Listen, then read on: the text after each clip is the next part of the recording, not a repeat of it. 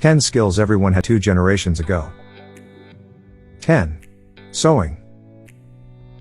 Usually, clothes were mended. This called for some familiarity with fundamental abilities. Girls were taught running, blanket, and slip stitching.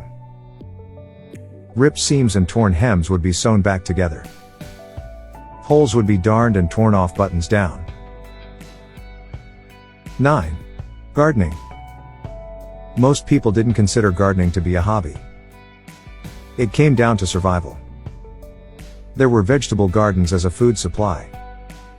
Vegetables were known to be planted and when to be done. My entire family would take good care of them. 8. Making preserves. This was vital in a period before refrigerators. Smoking and canning meat were usual. A lot of folks also produced cheeses and sausages. They were able to survive the winter on all of these preserves. 7. Carpentry. Carpentry is a specialized skill these days. For our grandparents, though, that was just normal. It was expected of men to be proficient with tools. They could always fix furniture if they really needed to. 6. Mechanical repair. People in the past couldn't rely on cell phones. An automobile may break down in the midst of nowhere. And back then, vehicles were all about mechanics. So it was required of everyone to be aware of their inner workings. Most folks these days barely scrape by with the ability to replace a tire. However, practical knowledge of mechanics was also useful at home.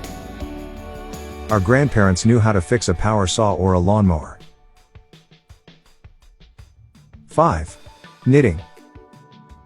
Knitting and crocheting are now considered as hobbies. However, this ability was formerly necessary.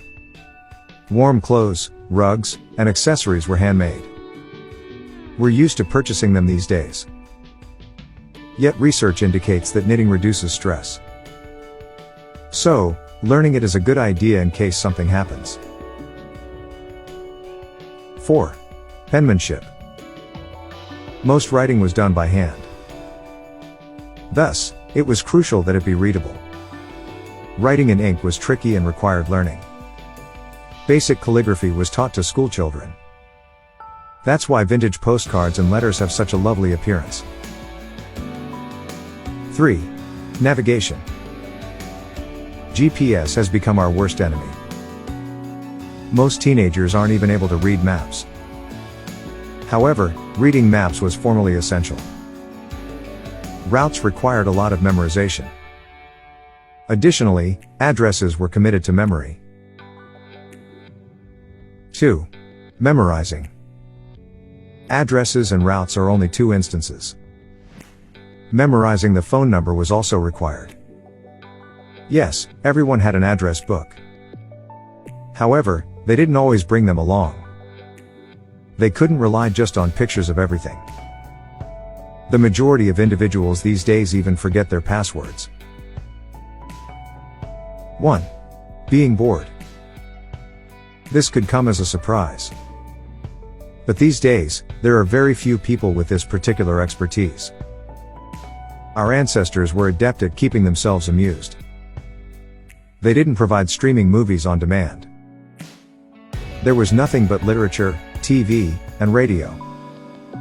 However, they also talked in quiet for a long while. Research indicates that this is crucial for mental well-being. These days, we can't take our eyes off of our devices. However, we are becoming less mentally healthy.